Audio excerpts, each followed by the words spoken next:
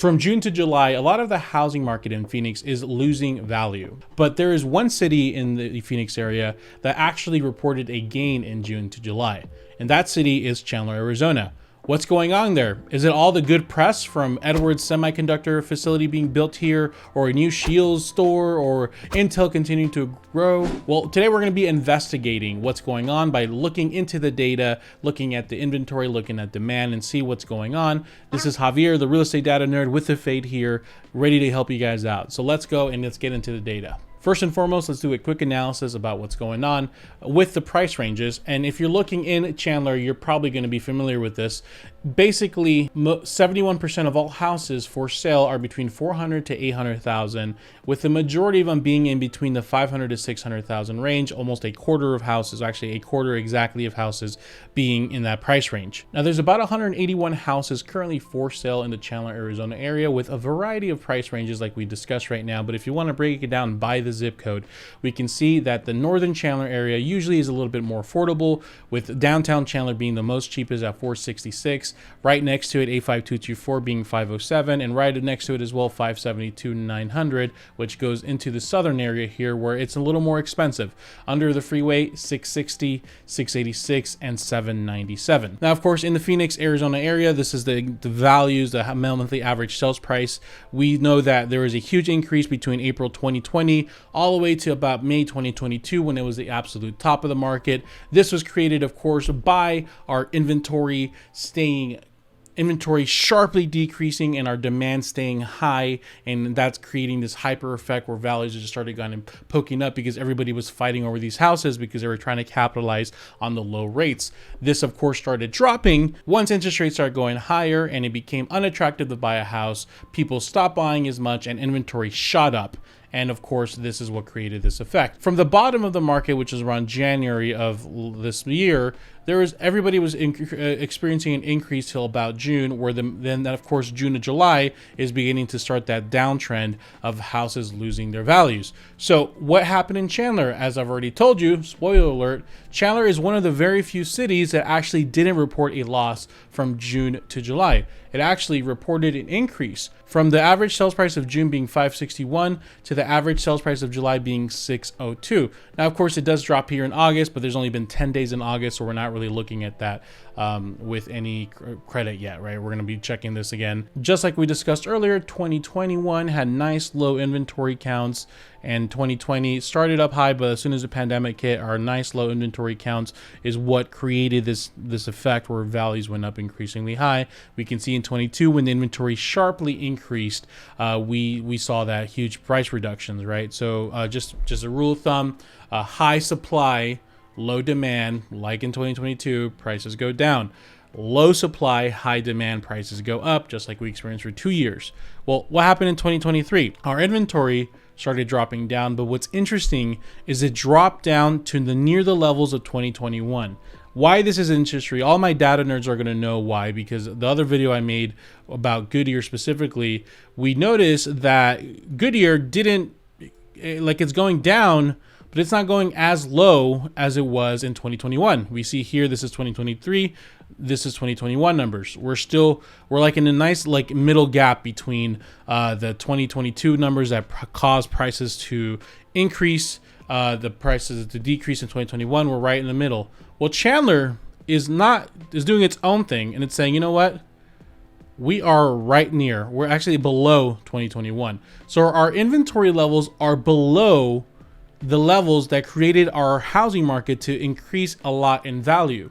And if we go look at our under contract numbers and our sales per month, here we're looking in Chandler as well. We're focusing just 22 numbers, right? This is the demand in May that started dropping, right? The demand dropped. You can see 2020, 2021, the demand was up high, right? The inventory sharply dropped and demand was this high.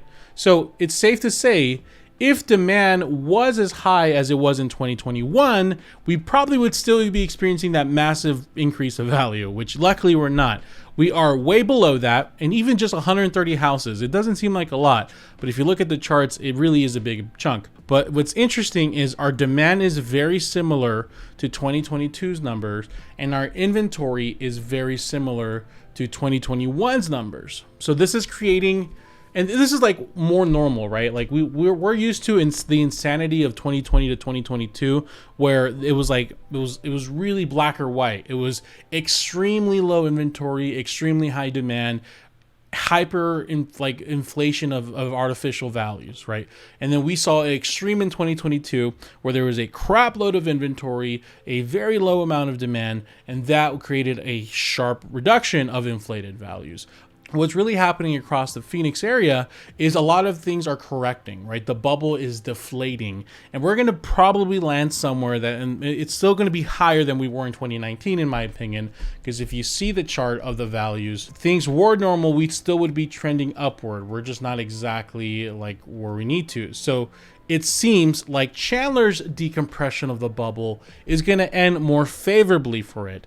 And of course, now people who bought here in this bubble are still kicking themselves in the butt, but the good thing is you bought with a really cheap rate, so you can hopefully afford your monthly payment for the foreseeable future. But the good news is the bubble seems to be not as intense as other areas, and or other areas are going to be really experiencing a massive decrease of that bubble. Chandler is somehow doing much better. Now, another big thing that I really focus on when I'm looking at what's going on is months of supply. So what months of supply is, let's really easily explain.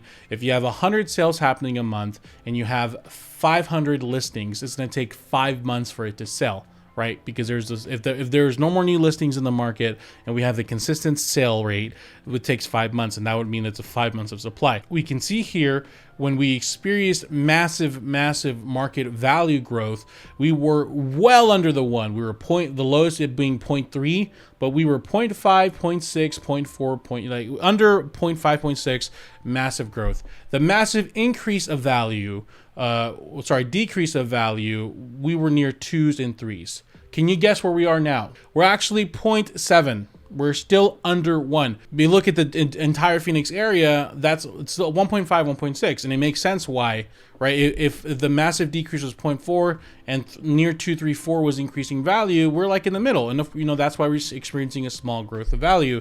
And it makes sense why Chandler is growing as much, because our months of supply is still under 1. So is it a good time to buy in Chandler? Well, of course, the realtor, what is a realtor going to say, right? It's like you ask me if you want to go get tacos. Of course, I'm going to go say, let's go get tacos. I'm never going to turn down tacos. But, if it's a good time to buy, the reality is rates are high right now. Things are unaffordable. It really sucks to buy because of the unaffordability. However, right, it's better to buy when house prices are cheaper rather than rates being cheaper, because your rate being cheaper will say, yeah, great, you have a really incredibly low monthly payment. But when rates are cheaper, prices are high, and if those prices decrease, your odds of you getting rid of the house is going to be really tough. You're going to be put in a negative equity position, but hey, whoopee, you can afford your monthly payment. Now, if you buy a house with a higher rate, but you're buying it much cheaper, you're putting yourself in a better spot down the road when interest rates change, because they do fluctuate a lot more aggressively than house prices do. So just make sure that you're getting a great deal, of course, being you're buying well under list price. You can get concessions to help with your rate buy down, but I would rather get those extra 10, 20K and take them off the price to really pad yourself for the future. So when you do experience the rates going down and prices are going up again because more people are going to start buying, just stay put and get a lower rate, right? Because the reason they're going to be buying is because rates are going to lower. You're going to have more padding there because you bought it cheaper, and you use that money wisely instead of just buying a rate buy down, right? So if you have any questions about today's video or anything at all, my number is here, right here. Feel free to text or call me anytime. That's right, text me, I will answer. I'm ready to help, and I'm ready to meet at least one person a day as it calls a buyer consultation. So whatever you guys need, any questions you have, whether you're buying in the next month or 6 months, I'm here to help you. Let me know what city you want to know about next, because I'm doing these every day. So let me know. I think I might do Gilbert next, maybe Glendale, who knows. See you soon.